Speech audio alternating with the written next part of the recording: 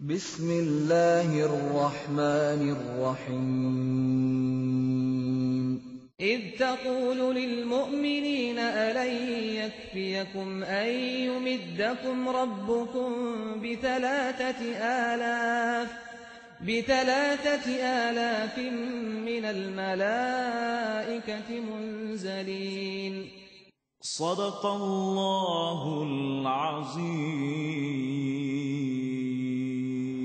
إذ تقول للمؤمنين, ingatlah wahai Muhammad ketika engkau berkata kepada orang-orang yang beriman untuk menguatkan semangat mereka, alan yakfiyakum an yumiddakum rabbukum bi salasati alafin minal malaikati munzalin. Tidak cukupkah bagi kamu bahawa Allah membantu kamu dengan 3,000 tentera dari malaikat yang diturunkan? Bala in tasbiru, cukup. Dalam pada itu jika kamu bersabar, wa tattaqu, kamu bertakwa, wa ya'tukum min fawrihim hadza, dan mereka musuh yakni datang menyerang kamu dengan serta-merta, yumdidkum rabbukum bi khamsati alaf, nescaya Allah membantu kamu dengan 5,000 malaikat musawwimin yang masing-masing bertanda. Ayat ini bicara pula tentang perang Uhud.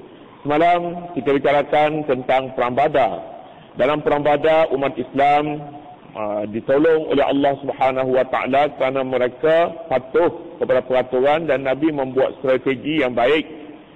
Strateginya ialah tidak mementingkan dunia, yang pertama daripada pihak Nabi, dan yang kedua disebutnya ilhammat ta'ifatan minkum an tafshala wallahu waliyuhuma. Apabila mereka berdua gagal mementingkan kepentingan diri masing-masing, Nabi dengan cepat dapat menghapuskan dan membawa mereka merujuk kepada Allah Subhanahu wa taala.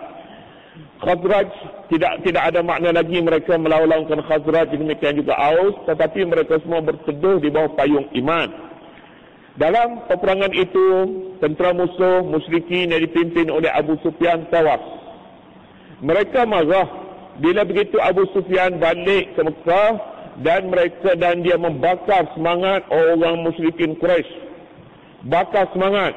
Kita macam mana kalah kepada kumpulan yang kecil, lalu Abu Sufyan kumpulkan pula pada kali yang kedua ini, kumpul seberapa ramai tentera untuk menyerang Madinah dan Nabi Muhammad sallallahu alaihi wasallam bersama para sahabatnya.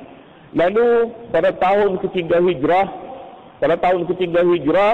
Abu Sufyan memimpin satu angkatan tentera yang terdiri daripada 3,000 orang tentera. 3,000 daripada tentera dan beberapa orang wanita dengan membawa gendang, memukul rebana untuk memberi semangat kepada tentera supaya berperang. Termasuklah isterinya namanya Hind bint Utbah. Hind, isteri Abu Sufyan datang pada ketika ini. Nabi SAW apabila tahu yang kaum Quraisy pimpinan Abu Sufyan ini bergerak ke Madinah untuk menyerang, Nabi SAW menjemput para sahabatnya untuk berunding, dan Nabi jemput juga seorang yang bernama Abdullah ibni Ubay ibni Salul. Ini munafik. Sebabnya Abdullah bin Ubay ibni Salul yang munafik pun, kalaulah musuh daripada musyrikin ini datang menyerang, mereka juga akan jadi mangsa. Barangkali begitu, Nabi ajak termasuklah sahabat-sahabat yang lain yang kanan-kanan dan Abdullah bin Ubay. Dalam perundingannya dan mesyuarat itu, Abdullah bin Ubay bersuara. Abdullah bin Ubay kata, kita tidak payah keluar daripada Madinah ini. Kita nak mempertahankan, kita bertahan dalam kota kerana ini strategi yang lebih baik. Kerana dapat melibatkan semua penduduk Mekah sebagai tentera, penduduk Madinah. Orang Madinah katanya yang terdiri daripada kanak-kanak, wanita dan semua peringkat boleh tunggu di lorong masing-masing. Kalau musuh datang dan mereka akan melawan di sana. Dan sebahagian daripadanya kaum wanita umpamanya budak-budak boleh naik ke atas rumah dan tunggu di atas rumah untuk baling dengan batu terhadap musuh yang baru datang, yang juga menyerang. Itu pandangan Abdullah bin Ubay bin Salul. Rasulullah SAW tertarik dengan pandangan ini. Dan Nabi pun rasanya macam tu juga. Nabi nak tunggu dalam kota, tidak nak pergi keluar. Kemudian datang pula suara cadangan pengusuran daripada orang muda.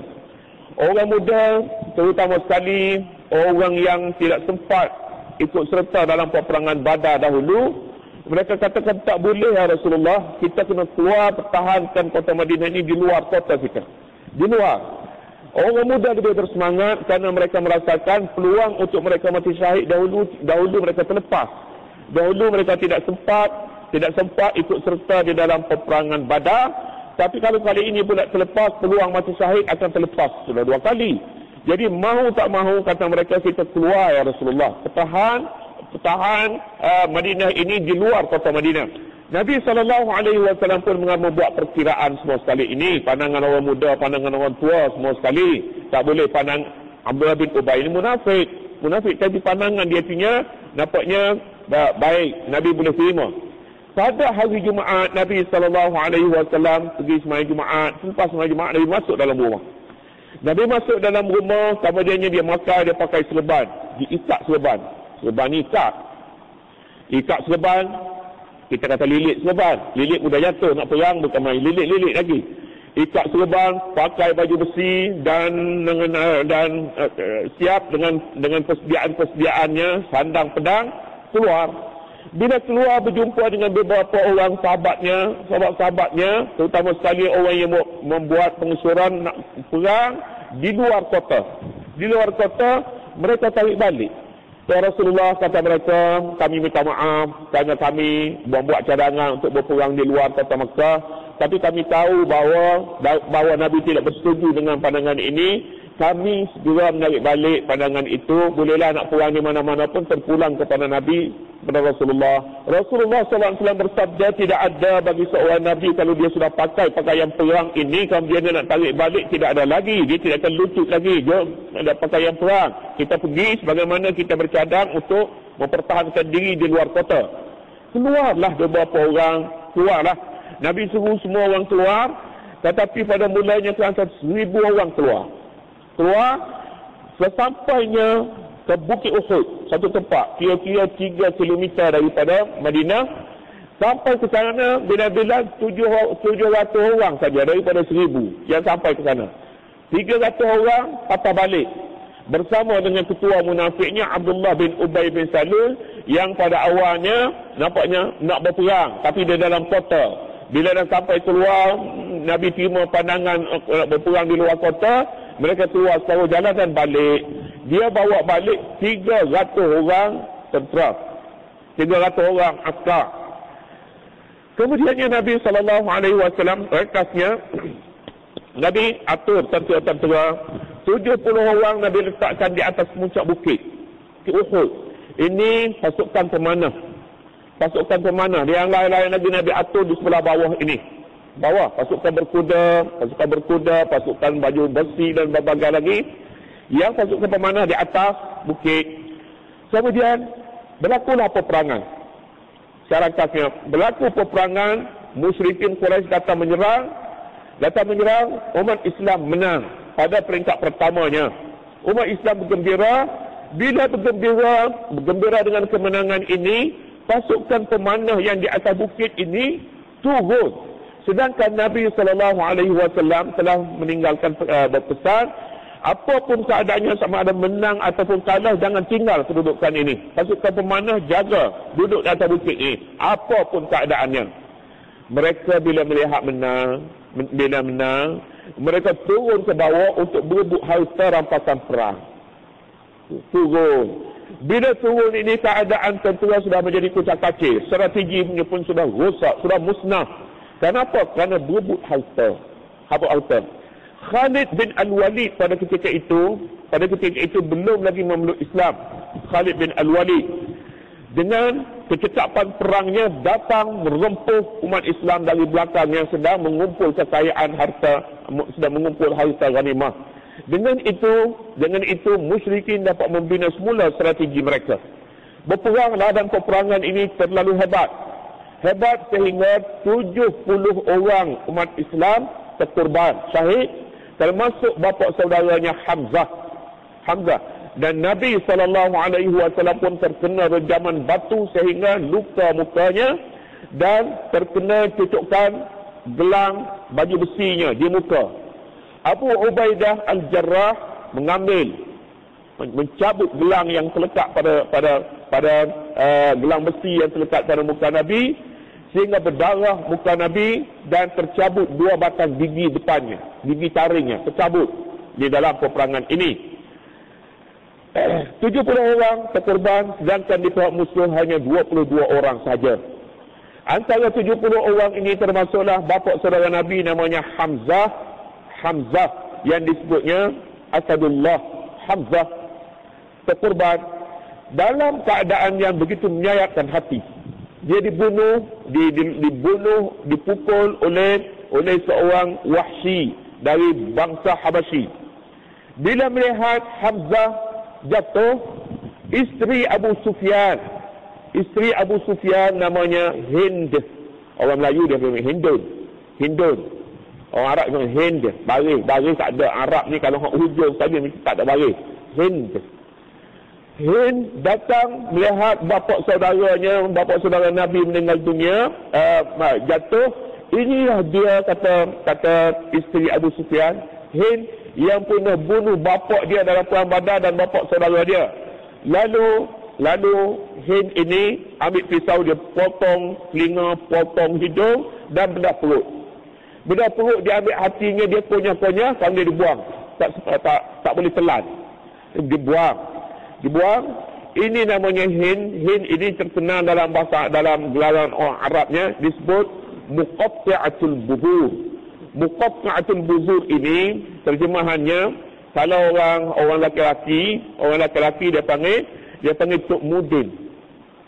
Bagi orang lelaki dia tugas dia potong, namanya kulfah dalam bahasa Arab. Yang dipotong oleh Tuk Mudin, dia potong lelaki itu, dia potong kulfah. Kalau dia potong barang orang perempuan, dia panggilnya buzur. Muqatta'atul Buzur, kerja dia Tuk Mudin orang perempuan. Tuk Mudin orang perempuan, gelaran dia Muqatta'atul Buzur. Maknanya gelaran ini hebatlah bagi seorang wanita. Selepas daripada dia kunyah ini, tak dapat ditelan, dia buang. Nabi SAW amat berduka cita apabila melihat bapa saudaranya ini dibunuh begitu rupa. Nabi kata, "Usbasilan Nabi salasina minhum." Aku akan balas 30 orang dari kalangan mereka. Nabi kata, aku akan balas satu hari nanti. Keadaan terus berjalan dan Nabi SAW meminta supaya mayat-mayat syuhada ini dikebumikan sebagaimana adanya, tanpa disemayangkan seperti mana hukum orang yang mati syahid itu. Kemudian sejarah berjalan. Keadaan akhirnya umat Islam menang juga setelah mereka ini dibantu oleh malaikat yang disebut jadi 300-500 malaikat ni turun berserta bersama-sama dengan tentera umat Islam pada peringkat yang keduanya. Keadaan terus berjalan hingga tahun ke-8 Hijrah. Nabi SAW buka semula negeri Mekah. Buka semula. Hidup lagi dia punya ketua panglima perang dulu, Abu Sufyan dulu. Hidup lagi, tak mati lagi, dengan isterinya pun hidup lagi. Pada ketika ini Madinah di bawah Nabi, dan Nabi dapat tawan kemenangan Makkah. Datanglah orang yang dahulunya yang pernah belah perut bapa saudara Nabi, datang nak masuk Islam. Nabi kata, sila. Dia tanya, macam mana aku ada dendam lagi ke? Nabi SAW kata, bila ada kamu masuk Islam, aku maafkan semua. Maafkan. Izhabu fa antumut tulaqa. Pergilah kamu semua, kamu orang bebas.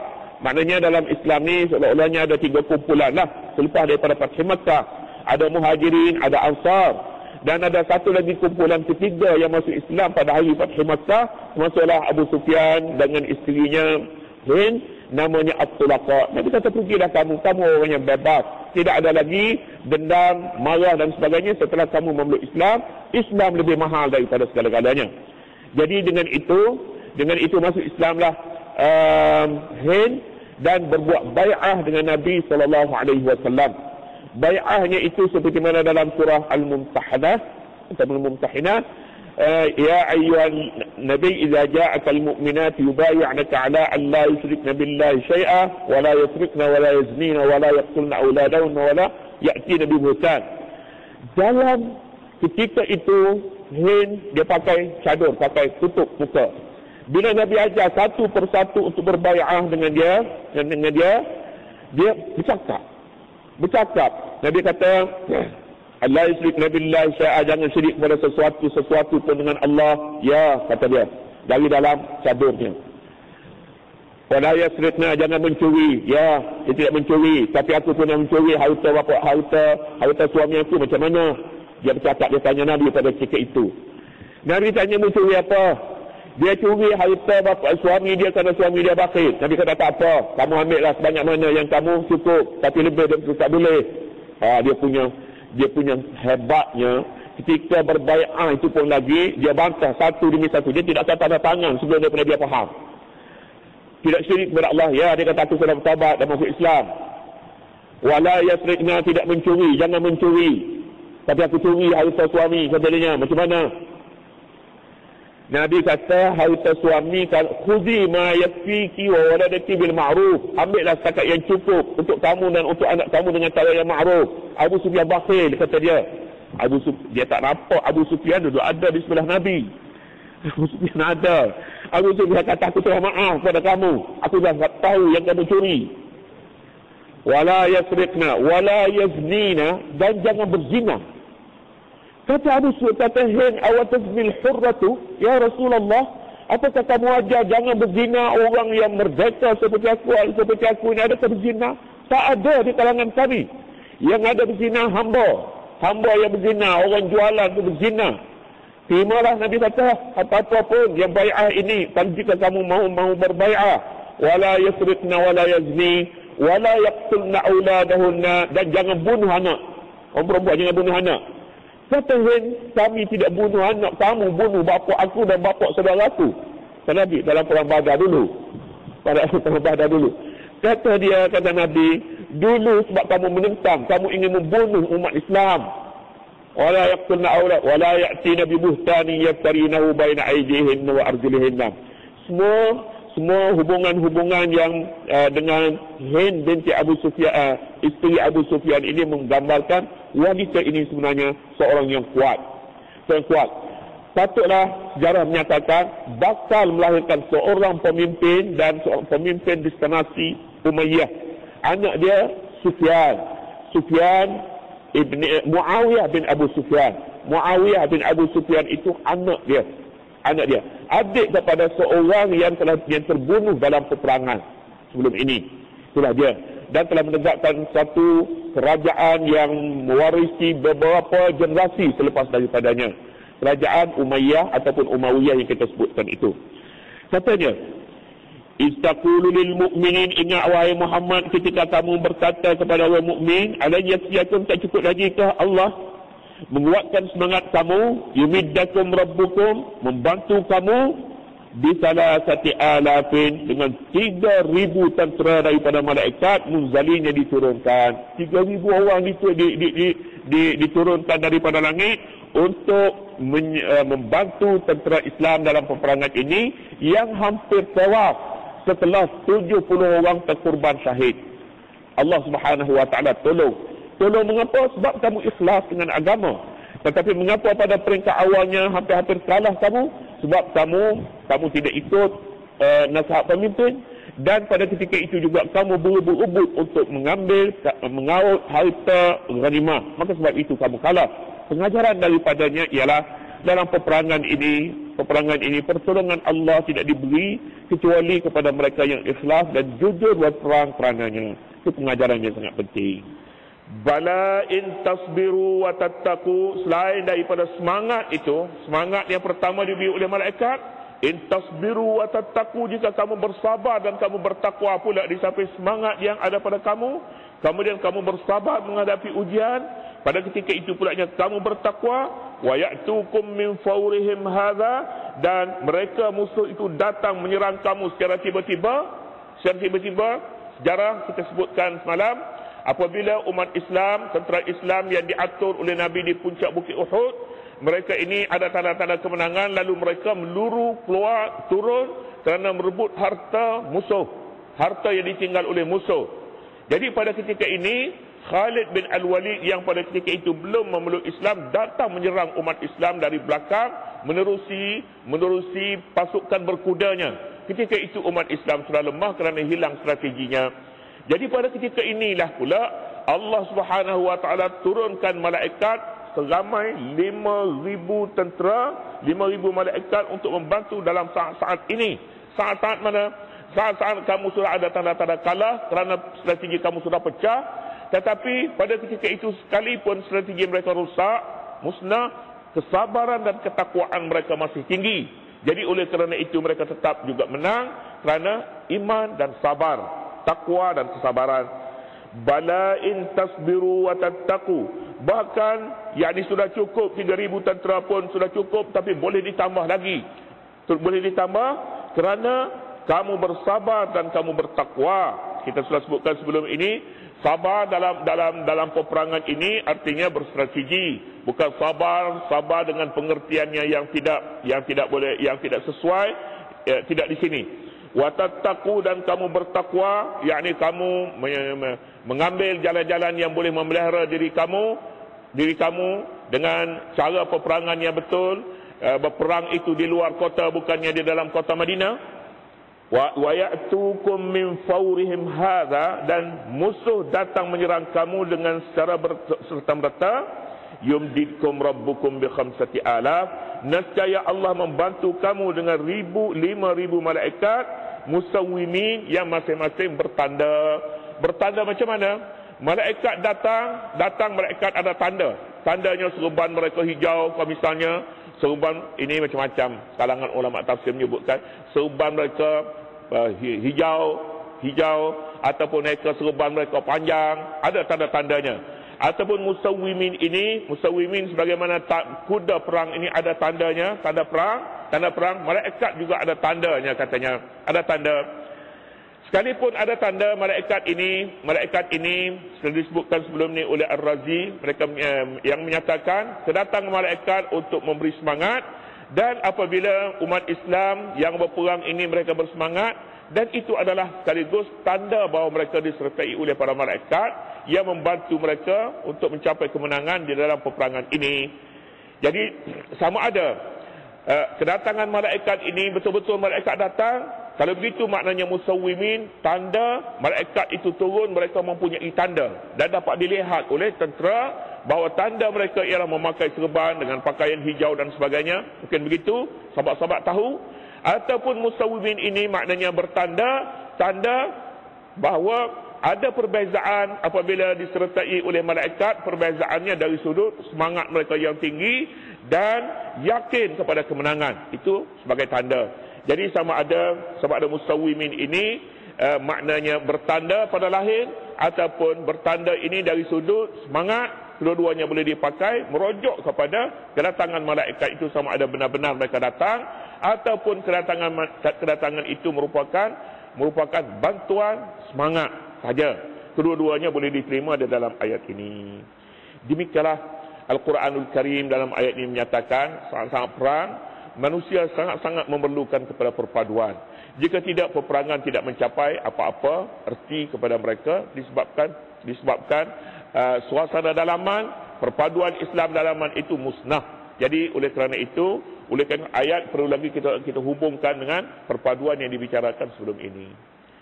Kemudian seterusnya, wa ma ja'alahu Allahu illa busyra lakum. Wallahu subhanahu wa ta'ala.